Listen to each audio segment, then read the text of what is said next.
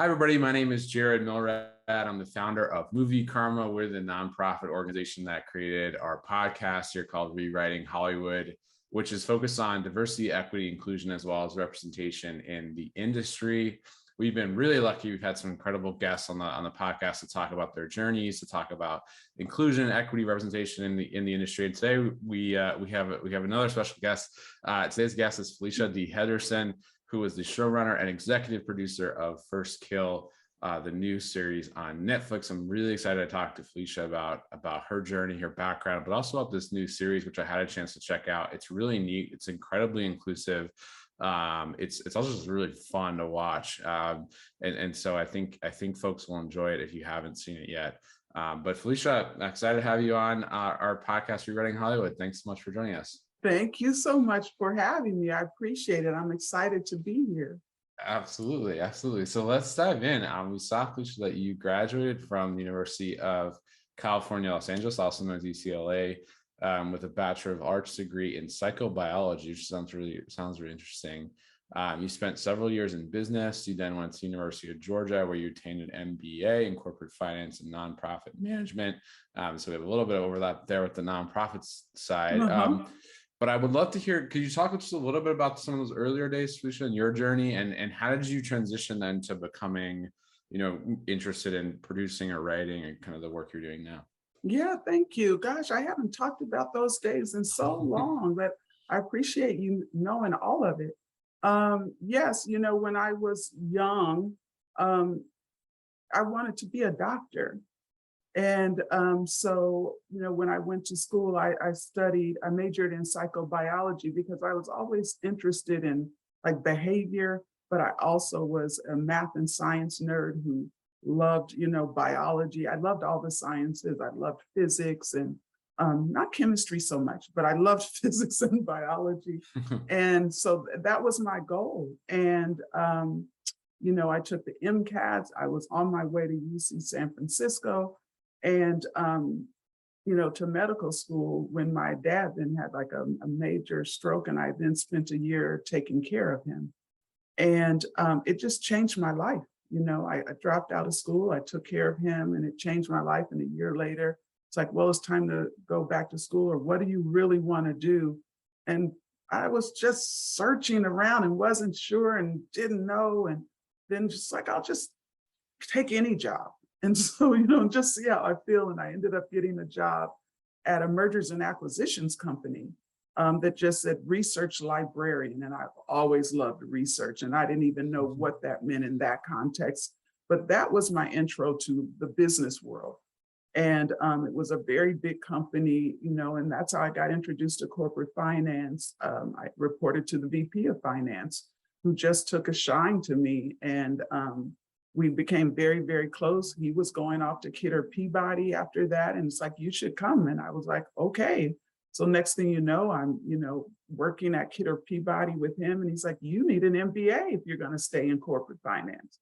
I'm like, okay. He was my mentor and is now, of course, one of my dearest friends. His wife is my best friend, and their children are my godchildren. So we've obviously remained very close. And I started applying, and University of Georgia is where the Peabodys are housed, obviously. And the Peabodys had a fellowship in partnership with NBC.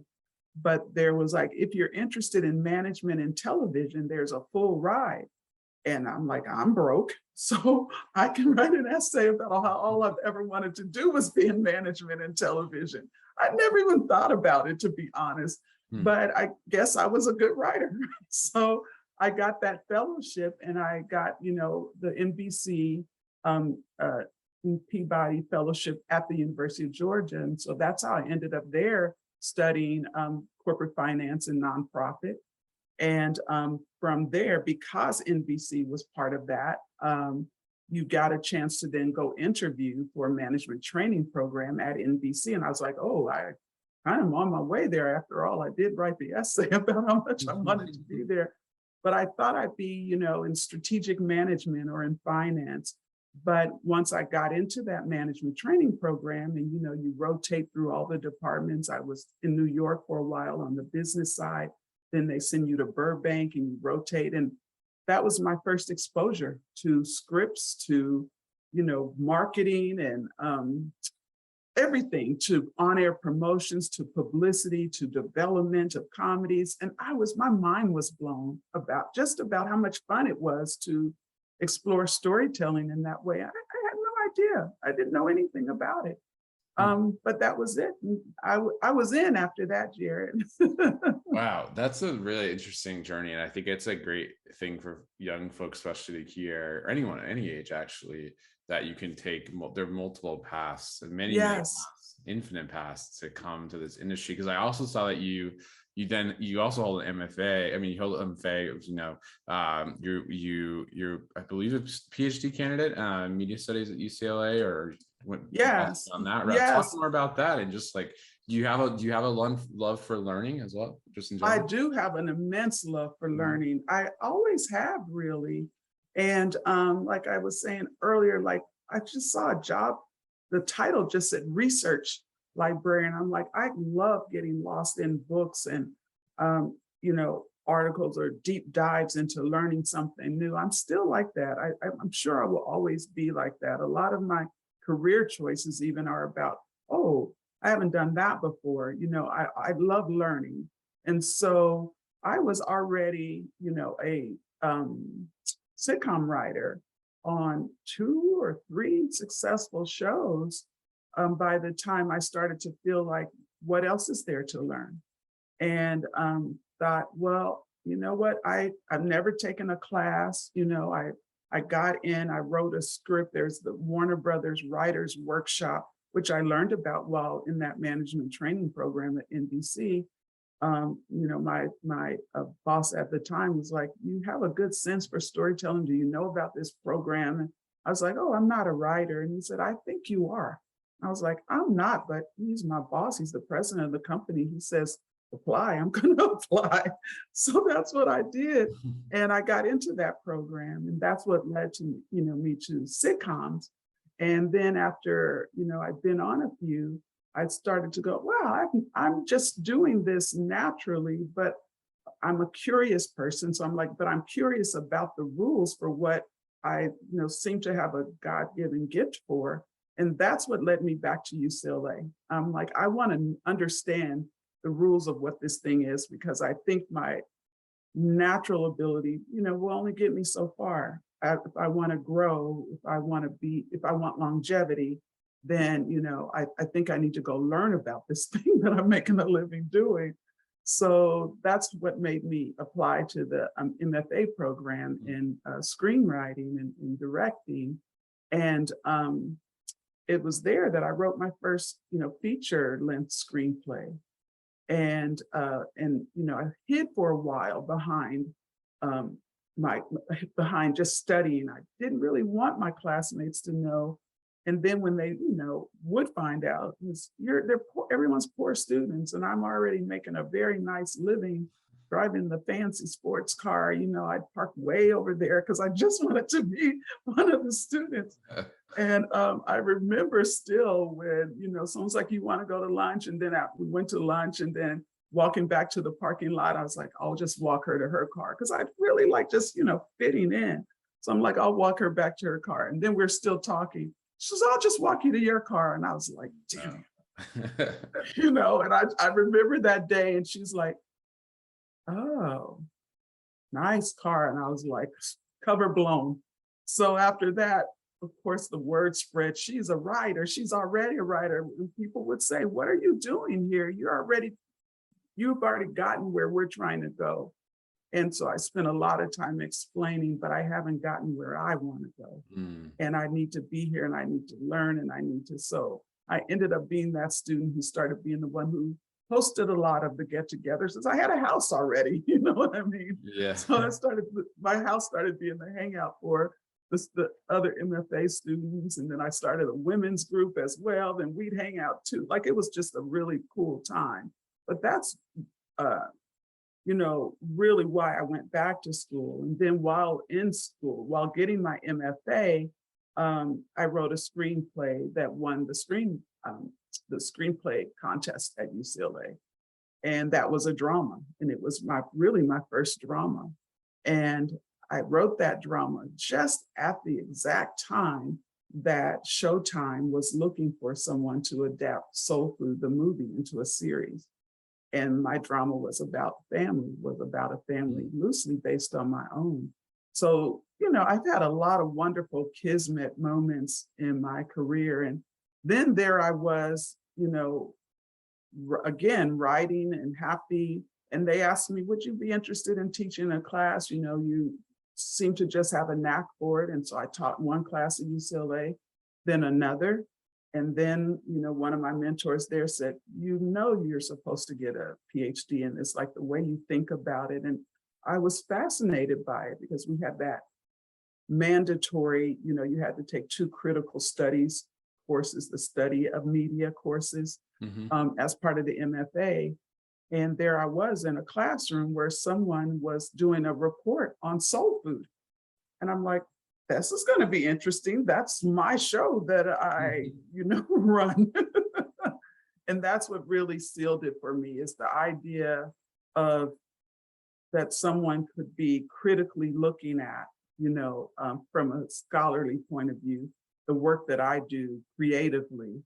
And it also, I felt like I had a responsibility as a creative who did also think critically to have a voice in the critical, because they get a lot of stuff wrong because they don't have the experience with, the creative. So I could be in both worlds, if you will, and hopefully have something to add to that world about the real life experience. And in the real life experience of creating, hoping that I could bring my knowledge and responsibility as a media maker, and who sort of takes responsibility for the power that we have, as media makers. That's a long ass answer. I'm so sorry. No, that's actually really great. Because I was going to ask you, it connects closely to what I was curious about, and our backgrounds, kind of interestingly overlap. I feel like I'm kind of overeducated. I went to grad school and then law school, and then do the entertainment thing in so many ways. So I think there's a lot to what you were saying that folks should pay attention to, just around that kind of intersection and kind of dialogue between academia and kind of the real world. And I know you describe yourself. Think from your own background, you still bring all of parts of you to what you're doing, right? Yeah, absolutely. I think it's really true. Like you carry that with you, and you carry the learning and the knowledge with you in the real, in the so-called real world, and you bring it. But with you sound like you've also had that interplay with going back to academia and kind of never losing that. So I was curious, like, if you could expand on that in terms of your own, does that impact your own writing and how you think about the work that you're creating, just given your kind of academic experience and how you're critically thinking about your work? Yes, it does. In fact, it does. And a lot of times it's a simple connection, in that I think I really want to write about this academically, because I'm always thinking of it like that. Like even my experience on First Kill and what it has meant to try to be inclusive and broad thinking in terms of representation, what the experience has been behind the scenes with Netflix, and trying to get to a place of seeing the show the same when it comes time to promote the show. And how interesting it has been to be on different pages and try to, find a meeting ground. All of that, when I'm going through it all, I'm like, I really want to write about this on the academic side. And a lot of stuff that, I wrote a chapter of a textbook that I think is coming out at the end of this year. I wrote it at the end of last year. And part of what, it was the first time I got to really lean in, as I talked about the experience of creating soul food at a time where there had been no successful Black drama before. And in that chapter, and what that means, what that meant, and what was the secret sauce, if you will, for creating a successful Black drama. And so that was my first time, like, now all these years later, after hearing that one student get it so wrong, I thought, I get to write about my own work. And that was kind of fun because I hadn't ever stepped back from my own work and I've written about other, things, but to write about, and I've written more generally about race, class, and gender and those kind of things, but to take a show that I actually created and pull it apart critically was interesting and fun, and trying to separate yourself, but knowing there's still also a bit of yourself that you can never take out of the work. But I think about it. And you know what? It's made me also more comfortable with the responsibility, of what we get to do, and taking responsibility for the images that I create, so that, I'm not a writer or an artist who's like, well, it's my art and I get to say, and how you receive it is up to you. That's not how I feel. I feel like I am responsible, for, I have a certain amount of media literacy. And so I do always look at, it doesn't mean I try to create perfect people or anything like that, but I do feel the responsibility for the media that I make, or the content that I create. Which I think is so important. And I think having that academic knowledge and having sort of the macro picture, because of, like you said, you're researchaholic. So you have this, like, I think really kind of macro understanding too, and the historical perspective on the work you're doing. I wanted to ask on that point, speaking of the kind of historical perspective, you've also just had, which you alluded to, you've had a lot of experience in the industry, like working on a sitcom, Family Matters, Freshman's Bel-Air. I saw you co-produced Moesha, Sister. You mentioned Soul Food. I mean, you've really had, which, by the way, for folks who don't know, Soul Food became the longest running drama in TV history to star a Black cast. It earned several NAACP Image Awards. Like, given all that experience, Felicia, like, could you talk about kind of how do you kind of view that experience you've had in the industry, and kind of the industry at large, in terms of how it's changed or shifted on issues of diversity, equity, inclusion, just given also your academic perspective? Like, how do you kind of, does one inform the other in terms of, I've seen the industry change in these ways, and given your experience? Yes, I think absolutely. I've been doing it for 20 years now. So over that time, I've seen a lot of different kinds of changes too, not just in one area. So I've seen a lot of changes, and then some things that haven't changed enough. So I absolutely see, like I said, when I entered, sitcoms were most popular on television. So that's where most writers of color, most diverse writers, certainly Black writers, entered the TV, writing landscape, was through sitcoms. It was unusual to see, Black writers, I can talk about that specifically, on the drama front.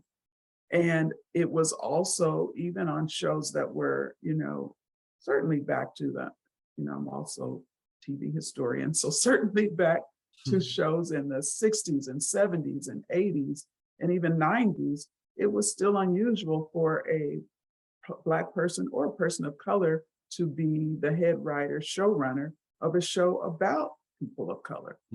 So I feel like and even when I entered the business, when I was on Family Matters, when I was on The Fresh Prince of Bel-Air, those shows were the head writer and showrunners on those shows were white men. So that's, so I was able to see that, feel that, be one of one or two, maybe three Black writers in a room on a show about Black families. And so when I got to Moesha, it was the first time that I'd had a Black boss. It was a show about a Black teen girl, but to have the three people who co-created that show were two Black women and a Black man, Sarah Finney Johnson and Vita Spears and Ralph Farquhar. And I was immediately aware of how different that experience was, how I wasn't worried about my voice and when to speak up, and there's that sort of space that you find yourself when you're the only one, where you're worried. In one hand, you're worried about, well, if I have a comment about the Black character or specifically about Blackness, then am I putting myself in a box? And then will they think that's all I have to contribute? Or will they only ask me that, those for that kind of input? Right. And yet you're like, but the fact is I am here. And so the character should be more three-dimensional, more authentic because I sat in this room. So you know what I mean? You're kind of you're always wearing the pressure. I mean, yeah, being queer folks talked about, I think, a similar pressure. Anyone who's marginal, I think, talks about that. Exactly. Yeah, you always have that weight on you, which folks who are in the majority, I think, don't fully understand or can't quite. That's right. Yeah. And I think understanding that, like you said, from a marginalized point of view, and so in terms of how things have changed, yes. So I had my first, Black boss, like, oh, my Blackness just is. I don't have to, worry this show about a Black. And I carried that with me, even though I went on from there to, again, Sister, a show about a Black family, Black twins. The showrunner was a white man. So for me at the moment, the Moesha was like a moment as opposed to an example of the business changing. And I remember being on that show, and a lot of the press was very popular. Brandy was, a big brand new sensation. Yeah. So it was huge. And there was a lot of press, but a lot of the questions were because we had no white writers on that show. We had Black and Latino, it was all Black and brown folks. So a lot of the writers, particularly white writers, would ask about this weird anomaly, that you guys have this Black and brown writing staff. What is this weirdness that you're doing, And I remember going, wow, that's so interesting, because I don't remember ever seeing in the press or being asked questions when the opposite was true on other shows. As I've been lucky enough to only be on successful shows, and I didn't remember any white showrunner ever being asked, so where are the people of color, in that early part of my career. And then by the time I got my first drama, Soul Food, which was about a Black family, but I was like, I want the world, one was the older sister was a successful lawyer, in a predominantly white law firm. So I wanted the world to look like my world, which is very multicultural and is real life, and to look at what it means to really have high hopes and how much, we know you got to be, twice as good to be considered average. I wanted to see that journey through that character. So, but I populated my writer's room with the way my world looked. So there was a little bit of, everything in that writer's room. But I think that, and no one asked me a question about it. So, by the time I started my career and maybe, 5-6 years into it, that wasn't a question, why was my room so inclusive? So I thought that was progress, but I certainly then, you fast forward up to even being on shows like The Punisher, where I was the only Black writer in the room, but it was this warm, sort of wonderful environment where I could joke about being asked a question about the one Black character, where it was, the showrunner was a white male, the room was mostly full of white males, and 2 other women who were white women. But, when they're like, do you think you could do that? I could joke about, I just left the meeting of the all Black people all over the world and what we think is, and we could laugh about it. This is so much better. The entire community, yeah. The global Black diaspora, I would like to now make a statement, yeah. Yes, exactly. And then if you're still teaching, people still realize, silly, you don't have to make people feel bad, about, because we all need to learn about, I'm a big proponent of, I always cringe a little when I hear people go, if we just focused on how we're all the same, you hear that so often, and I just cringe because I'm like, no, if we just learned about how we are different, I want to know about who is Jared, this guy that I've met who's a lawyer and queer, and what is his experience? And Mm. I want to know about how we're different so that I can respect it and understand you better. I can't understand you Yeah. better hiding from how we're different, if that makes any sense. It makes tons of sense. I think that's what I love most about this work and these conversations is that it, like, this to me is what it means to be alive. I think to get a little macro, like, I think like that's the beauty of like nature and the world we live in, and also storytelling, is that it's that diversity of experience of in every form. Like we see that around us, and I think it is strange when people sort of divorce ourselves from the rest of the planet and the rest of nature, which is so diverse and beautiful in so many ways, and we're just like, yeah, we're all the same. Like, we're like, let's just get along. Let's just get along. Like, I'm like, the world is more exciting because you're different. I love exactly what you just, said. Like, this is living. And if I then like sort of jump fast forward all the way to First Kill, and just looking at my career from the point of view of writer's room, well, it is the most inclusive room I've ever had. And like you said, our experiences as marginalized people, I do bring that experience. So it was important to me to not, we have a queer love story, but so it was important to me not to just have one queer person in the room who, somebody might not be able to help going, is this a queer thing, to that one queer person? So I'm like, I want to make sure that there are many points of view, not only, so, we have queer men and women and Black and white, so that everybody, so we can, so it is easier to demonstrate everybody just comes to this where they come from. We are all different in the most wonderful ways, and there's no such thing as a queer experience any more than there is a Black experience. Absolutely. And let's talk about First Kill, because it does bring together a lot of those threads and elements.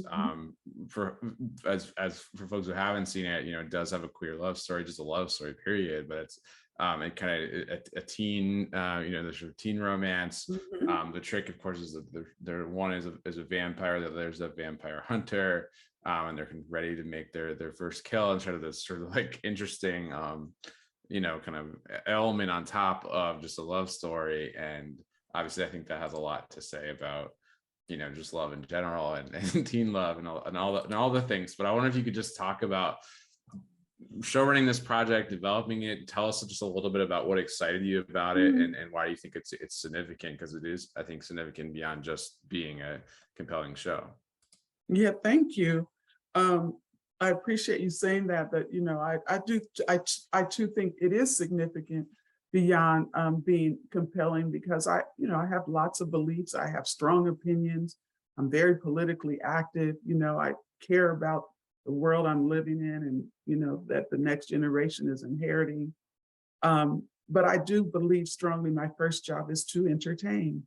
So, it has to be compelling and fun and interesting, and bring something new to the genre that maybe didn't exist, or just a twist or anything like that. And I think about that first. Because if you do that well, then you get to throw other stuff in there too. Yeah. And so I feel like when I, read the pilot script, there were two things really that excited me about, like, yes, I wanted, I let me in, put me in, coach. That's how I felt, because I'd never seen a show in this genre that had a Black family at the center of it.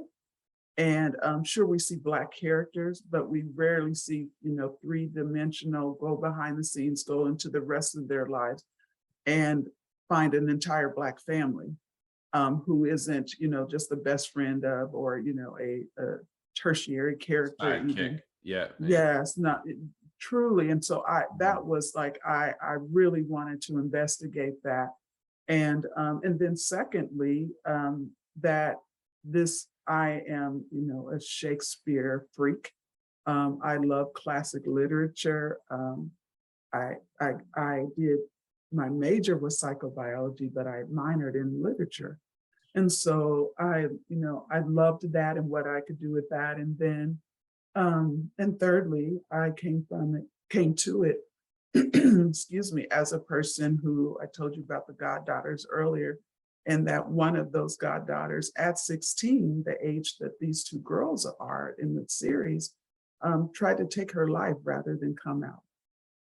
And the idea that you could be in so much pain that it feels like it is a better choice to not be here than to say to your family, I am a lesbian.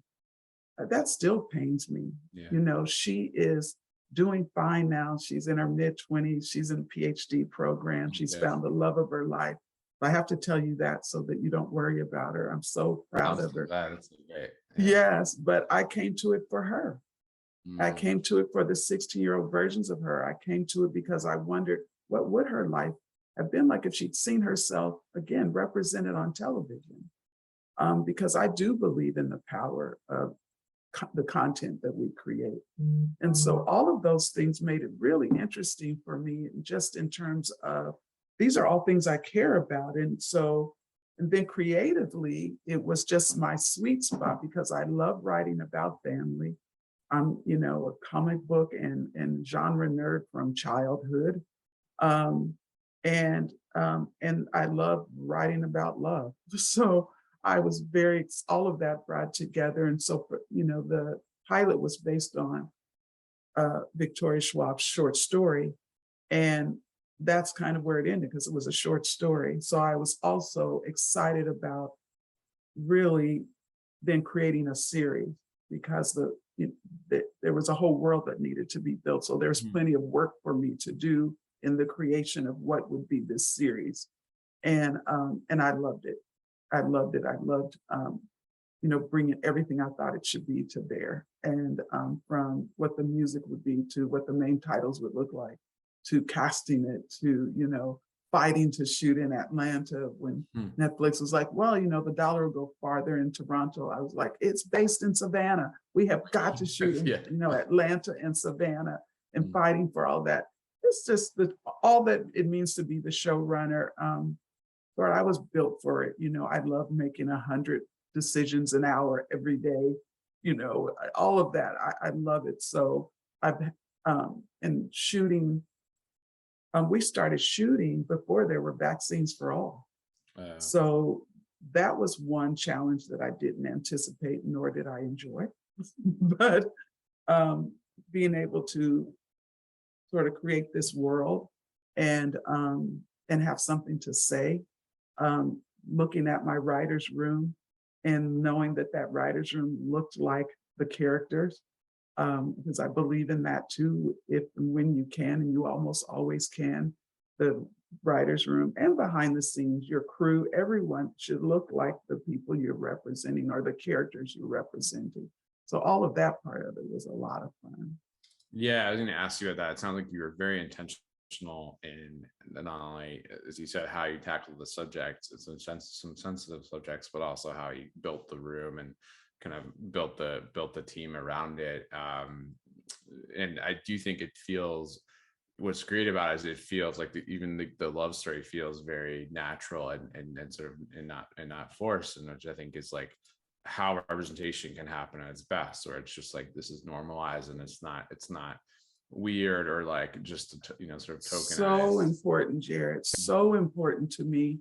It was also, you know, also in there is important to me, you know, as a straight woman, to not just have a straight gaze, yet to normalize this. It's why you truly, it's not about them coming out. They're just normal. Their families, you know, I even hate to use the word normal in this context, but their families love them. There are plenty of coming out stories and places you can go if those are the stories you're interested in.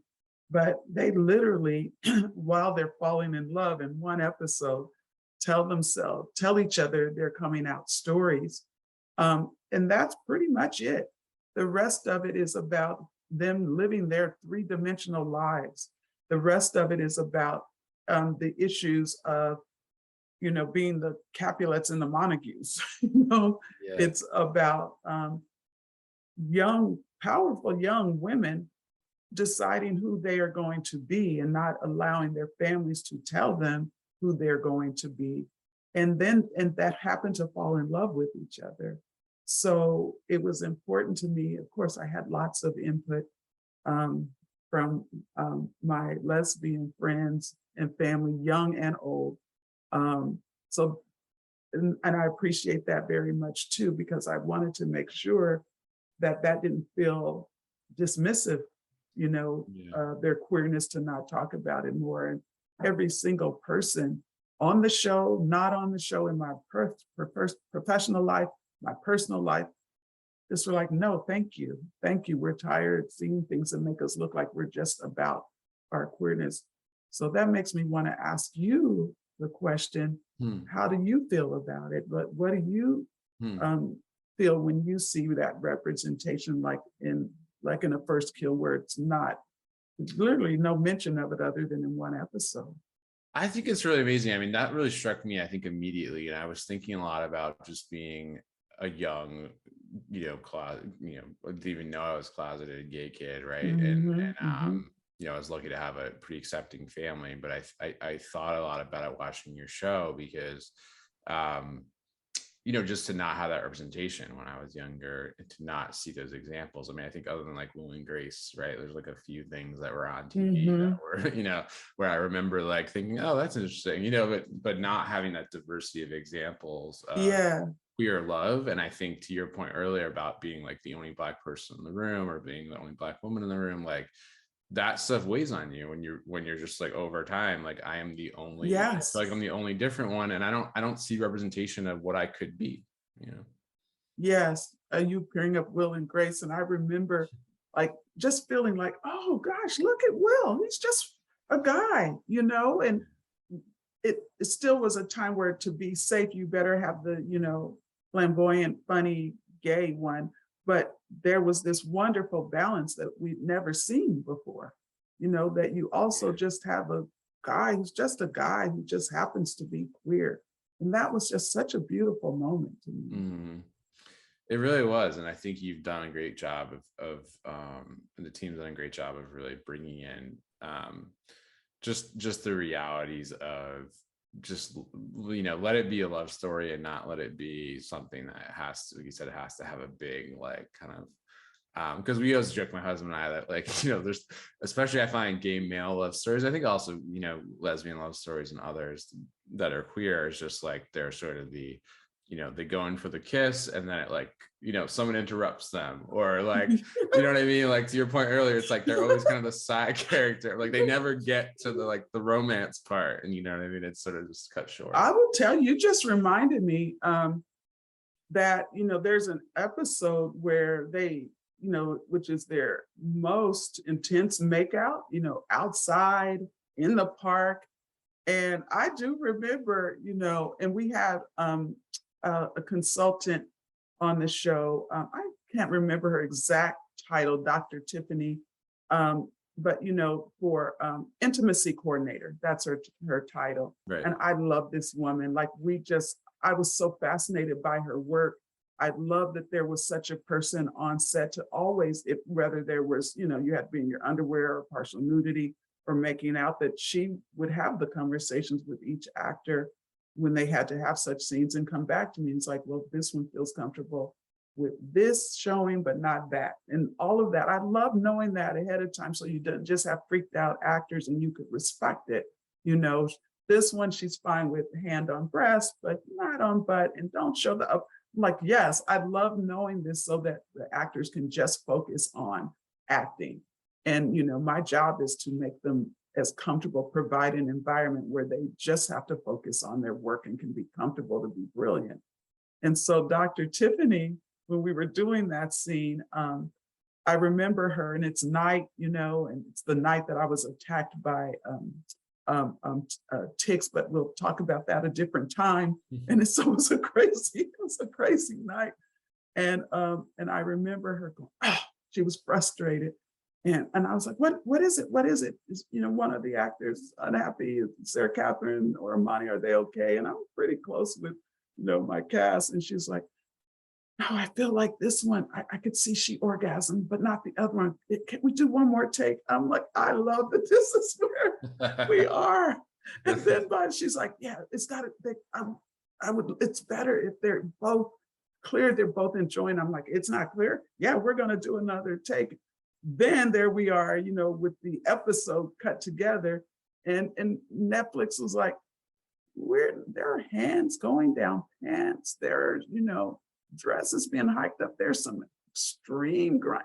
Is this our show? And I was like, hell yeah, this is our show. If we're going to do it, we're going to do it. This is their moment where this is what it is, so we're going to be true. We wouldn't cut away if they were, a straight couple. We're not cutting away from this. So that's when you say like the kiss and then they cut. I'm like, oh no, we're going and we're going. Yeah, that's so great, because that is what you're talking about. The gaze is so, like, if you can tell if the gaze is like a straight male gaze, or like what's going on, that's so important that you incorporated that. I know that we're be mindful of time, and so I wanted it, before we close, to ask you just kind of more generally. You've made this really impactful project, First Kill. You've had a long, as we talked about, impactful journey in the industry and in academia.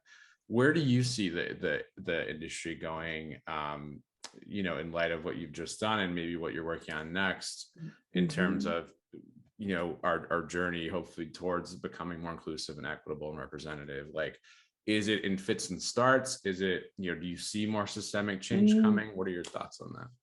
I think there is more systemic change coming, but it comes in fits and starts. I think that it's never for me been like this. And even I was just talking to a friend yesterday about, all this conversation that happened, immediately after George Floyd's murder. And, a lot of, you go into meetings and it was a place where they wanted to talk about representation. They wanted to talk about, how to be more inclusive. They wanted to hear our points of view and about, what it really is.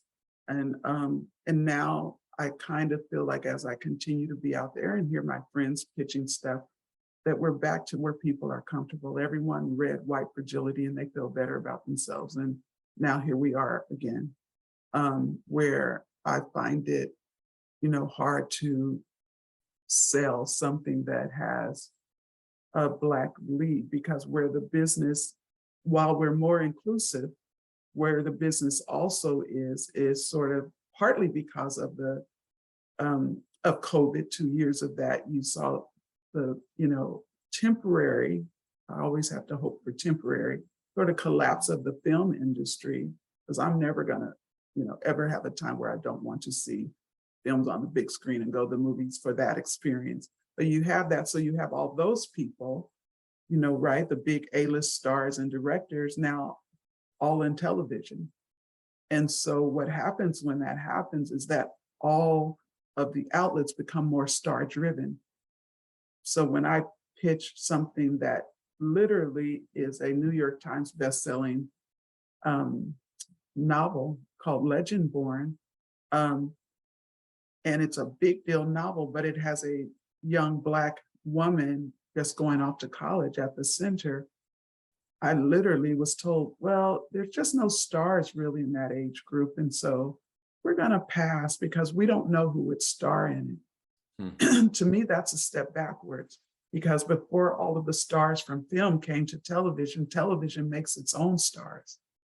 So I look at that, and as you see it, every project now that gets sold is packaged with the A-list star. You see all of the major stars from Reese Witherspoon to, I don't know, Jamie Foxx. They're all in television series. And so what happens when that happens is that if you're not a star, or groups who haven't had the opportunity to go through the whole system that creates stars are left out again. So that concerns me, to be quite honest.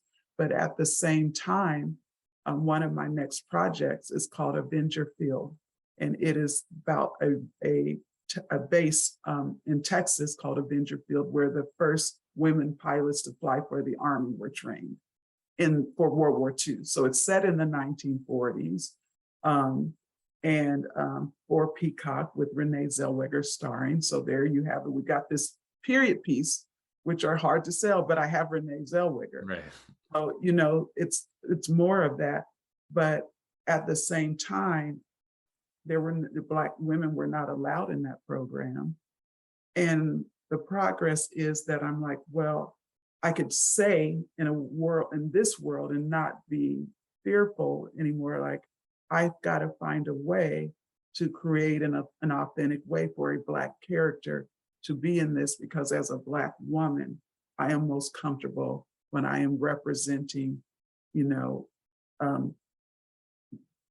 Black folks and folks in general, diverse folks and marginalized folks have to be part of everything that I do, but in an authentic way, and be able to say, I have to create that then. So where do I put that character? She's not going to be a pilot and it needs to be authentic. Oh, I'll tell the story of the pilot, the woman who couldn't get in. So we also, that wasn't part of the original story. I'm adding that, and we are in a world where I can just say that I need to add a Black character. I can just say that without going, oh, if I do that, they'll think that, all I would care about is Black, you know what I mean? So that's progress. Yeah, that is progress. And so I think there is hope. There's hope for you, for sure, with you at the helm. And so I'm really grateful that you made First Kill, that you're working on these new projects and thinking about all these issues and incorporating them in your work. Again, the series is First Kill. It's on Netflix. Our guest today, Felicia D Henderson, is the showrunner, executive producer. I hope you all check it out if you haven't yet. It's really terrific. And I'm excited to see a lot of fun. It's a lot of fun. I thank you so much for giving me an opportunity to talk about it and my whole career. Thank you, Jared. You're welcome. Thank you so much.